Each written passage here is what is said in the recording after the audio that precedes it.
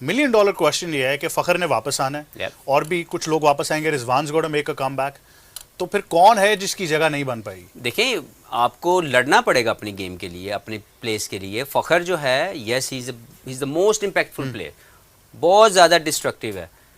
उसने अपने नंबर्स की कभी परवाह नहीं की। ओपनर था, 3 पे कहा 3 पे खेल लिया, 4 पे कहा 4 पे चला गया। He did fantastic job for Pakistan cricket. Still I think he can play for Pakistan in other 4 to 5 years depending on his fitness.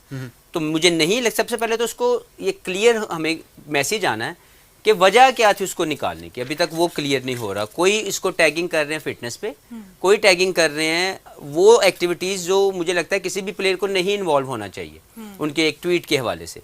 मैं ये समझता हूँ कि Fakhar still got enough good cricket to represent Pakistan. Babar surely will come back in all the formats.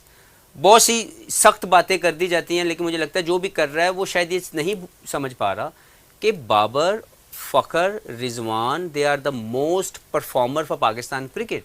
हाँ, debatable बात यह है कि उनको मज़ीद इन्हेंस करनी है अपनी performances for a winning cause. ये बात की जाए, ये कहना कि Babar is not a good player, he does not suit T20 cricket, he does not suit one day cricket, prove करना पड़ेगा। प्रूव नहीं करना, यस, एक लाइन है जिसको क्रॉस करके अपने आप को डोमिनेंट बनाने के लिए काम करना है। और मुझे लगता है कि Fakhar has that quality, Babar has that quality by skills, by tactics, by performances. Rizwan has that quality.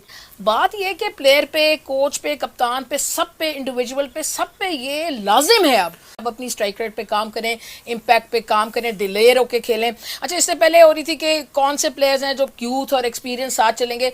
मेरा इसमें बिल्कुल एक अलग सा जहन है। मैं ये कहती हूँ, आप देखें कि चाहे बाबर हो, रिजवान हो, फखर जो है ना, मैं उनको एक्स फैक्टर प्लेयर है, एक्स फैक्टर।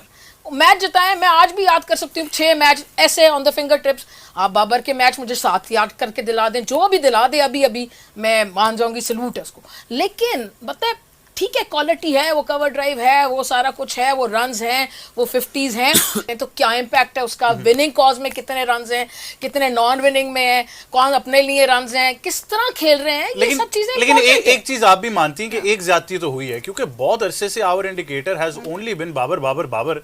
हमने ये फैसला ही नहीं किया कि उसके इर्द गिर्द लोग क्या कर रहे थे। तो हमारा क्रिकेट पे किस पे चल रहा था? कप्तानी Babar, player Babar, cover drive Babar, brand name Babar, videos Babar, हर चीज़ बाबर। तो हम भी बेचारे बाबर पे ही सोचेंगे। अगर हमें और प्लेयर्स का भी साथ इस तरह चलाया जाता, और प्लेयर्स को भी ब्रांड बनाया जाता, उनकी डिफरेंट जो हमारे ये है डिपार्टमेंट, मीडिया डिपार्टमेंट, उनको भी प्रमोट करता। बाबर अपनी परफॉर्मेंस से तो ब्रांड बना ना, players around him did nothing उस दौरान। Absolutely agreed Ahmed and everyone के बात बिल्कुल। परफॉर्मेंस जो उसकी है टेस्ट में, वर्दी, ही इज अ वेरी, अगर उसको बिग 4 को 5 बना दिया जब वर्दी, जिस दिन बाबर पहले ओवर में आउट हो रहा था, आपकी पूरी टीम कुछ नहीं कर रही थी। एग्रीड एंड वनडे एग्रीड, लेकिन T20 नॉट एग्रीड।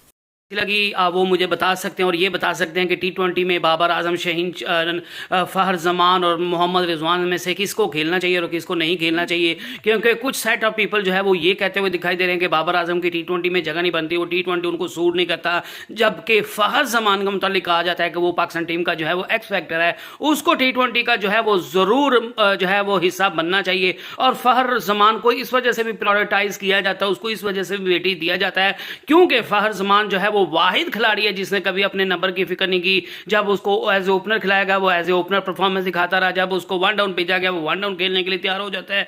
जब उसको तीसरे नंबर पर भेजना चाहते हैं, तब वो तीसरे नंबर पर, चौथे नंबर पर, जहां भी उसको भेजा जाता है, वो खुशी खुशी जो है वो खेलता है। तो इस वजह से फहर जमान को जो है वो हमेशा पाकिस्तान को आगे रखने की, अपनी ज़ात से आगे पाकिस्तान रखने की बात की जाती है उसके बारे में, और उसको पाकिस्तान का मोस्ट डेकोरेटेड और मुखलिस प्लेयर जो है वो करार दिया जाता है। और फहर जमान का मुतालिक ये भी कहा जाता है कि वो किसी भी नंबर पर खेलने के लिए तैयार हो जाता है। और फहर जमान ने कहा भी था कि मैं पाकिस्तान के लिए जो है वो किसी भी नंबर पर खेलने के लिए तैयार हुई है। पाकिस्तान की टीम है, मेरी टीम नहीं है, तो सारे पाकिस्तानी का इसमें खेलने का जो है वो हक बनता है। तो आप क्या समझते हैं कि फहर जमान और मोहम्मद रिजवान और बाबर आजम में से किसको T20 में होना चाहिए और किसको जो है वो T20 में नहीं होना चाहिए?